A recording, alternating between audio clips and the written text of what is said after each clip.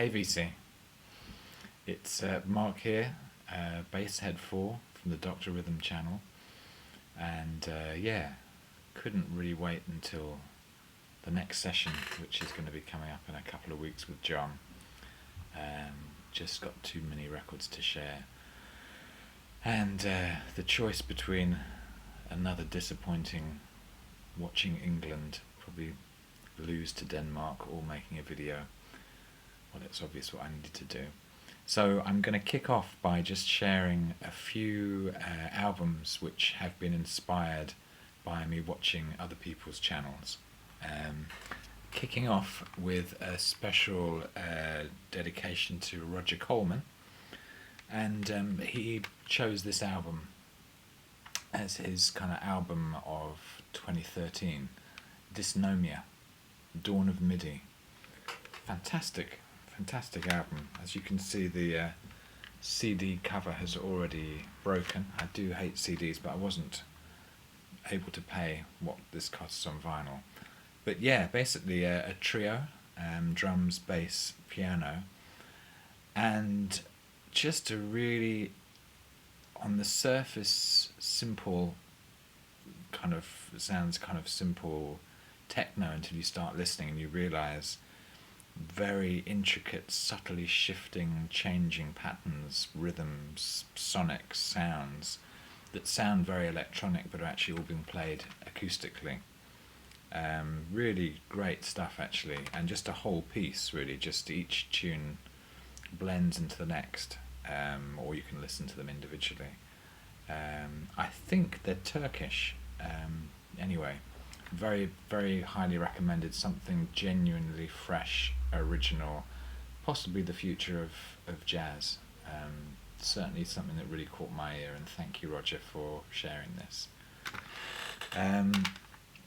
Also, I've got to say a big shout out to John Coltrane 68, Chris, for turning me on to this guy, Michael Gregory Jackson. Never heard of him. I think it was Chris's response to Big Star 1000's Psychedelic Soul, Give Me 10. That's where this came and was shared. And just a really beautiful album. I mean, mainly just guitar. There's Michael Gregory there.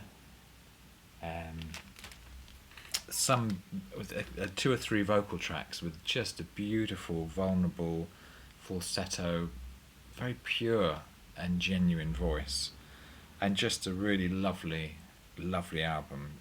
Kind of hard to categorize, which is always good as far as I'm concerned, but just very beautiful, genuine music. So, and not expensive. So, cowboys, cartoons, and assorted candy.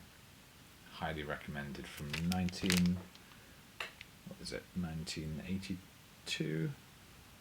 Yeah, from 1982. I think, yeah, he's since changed his name. I'm not sure what he's up to now, but yeah, there's quite a few albums out by him. Also, thank you, Chris, for turning me on to The Soul of Jesus Christ Superstar. My wife is a music teacher, and she's doing this as a musical coming up in about 3 weeks. And yeah, it's been great just to turn her on to some very different versions of some of the tunes that the guys at her school are working on, and it's great. It's some great playing, very, very funky. Again, quite a steal on Discogs, so well worth checking out. Mr. Ben Costello, how are you doing? Very active member of the VC, very much enjoying your regular updates and your style. Thank you so much for telling me about the Raphael Sadiq and Q-Tip's Get Involved. The PJs, from the soundtrack, the PJs. Somehow this tune completely passed me by, even though I love both Raphael Sadiq and Q-Tip.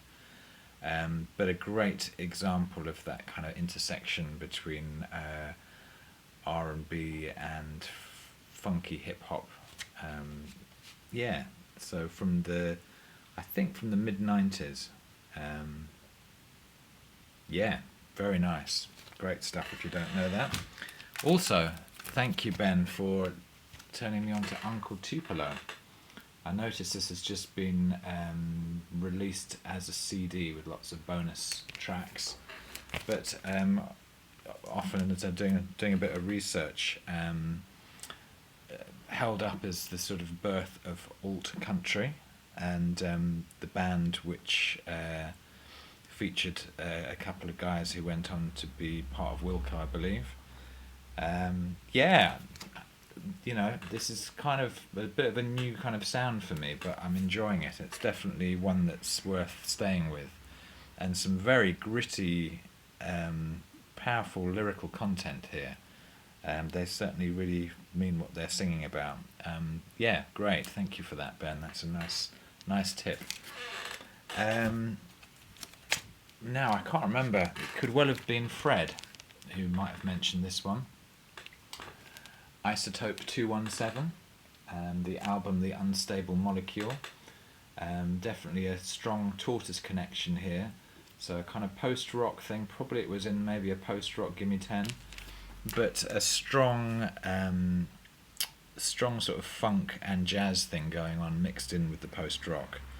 And yeah, kind of quite abstract and ambient on side 2. Audio boxing is definitely kind of quite out there. Really nice album. Again, you know, something that was new to me. The VC strikes again and turns me on to new music. Thank you. Okay, a few new albums, which maybe I can be turning a few other people onto some music. I'm not sure. I mean, haven't been watching that many videos, but I'm not sure if anyone's shown Jonathan Wilson's Fanfare. I could have completely missed it last year. Maybe lots of people have showed it. A friend of mine just burnt me the CD of this and just said, you know, this guy is making some waves. He's a 38-year-old singer-songwriter. He's been working in a beautiful analog studio. This is definitely a release that you want to get the vinyl of. Beautiful production, and it's got people like David Crosby, Graham Nash, Jackson Browne. It's a kind of weird mixture that reminds me. There's a couple of guitar solos that sound like Jerry Garcia. You know, with that sound when he uses an envelope filter. It also sort of reminds me of early 70s Pink Floyd at times. Definitely David Crosby vibe going on at moments. Neil Young, Bob Dylan are all there. When I first heard it, it did sound a little bit derivative. It sounded beautifully recorded, but it sounded like a mixture of many other artists' albums. But I have to say, I've stayed with it. It's a beautiful release, by the way. Look at that gatefold. And very good songs. Yeah, well recommended. And just the beauty of analog recordings. It's very, very evident in a new release. So, Jonathan Wilson, Fanfare. I believe he's going to be touring the UK and Europe with Siddhartha, who are a local Canterbury, the new Canterbury scene band, who I also highly recommend, and they've got a new album coming out in June, I believe. Another album that I don't think anyone's shown, Edmotta. Very natty attire here. Brazilian. The album's called AOR, and here is Ed posing sort of with a whole bunch of yachts. I'm not a great fan of AOR, adult orientated rock, but I can see that Ed is a massive fan of Steely Dan. He is a soul singer, really. He's known for having an enormous 30,000 plus vinyl collection in Brazil. He's released quite a lot of records. And, you know, he's just got a sensational band going here. David T. Walker, Bluey from Incognito, loads of Brazilian musicians who I don't know, but who just play really, really well. I mean, the quality is like listening to kind of Aja era Steely Dan. The lyrics, bizarrely, are written by Rob Galliano, who used to be in the Galliano acid jazz band in the UK. It's again another beautifully recorded slab of vinyl. There's some of the musicians. Yeah, I mean, it's great. If you, I know Fred's not a fan of Steely Dan, but I'm pretty sure Chris 1427 Basket is. I think you'd like this, Chris. I think a few people would like this. Have a listen. And my last is one of the albums of the 21st century for me. Just recently re-released on vinyl, and it's DAngelo's. What is it? Voodoo. Of course, it was Voodoo.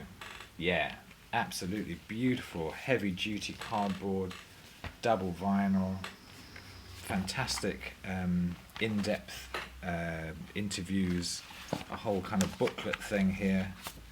Time is out of joint. I mean, this is just a fantastic album, I've got to say. Again, all recorded analog back in about 2000. And a fantastic band, Questlove on drums, Pino Palladino on bass, James Poyser on keyboards, Charlie Hunter on, I think it's the 8-string guitar and bass on some tracks, Roy Hargrove on trumpet. Yeah, it's a great album. It's a real grower, but it's deep. It's a very, very deep album. It sounds sensational on this pressing. What is the pressing? MCR. Yeah, really great. Anyway, that was just a quick update. Hope you enjoyed it. Always good to hear comments. Great to meet Teddy, Eat Sleep Vinyl. Great, I didn't know you the first time round, so very much enjoying what you've brought to the table already and looking forward to many more videos. Yeah, see you soon. Take care.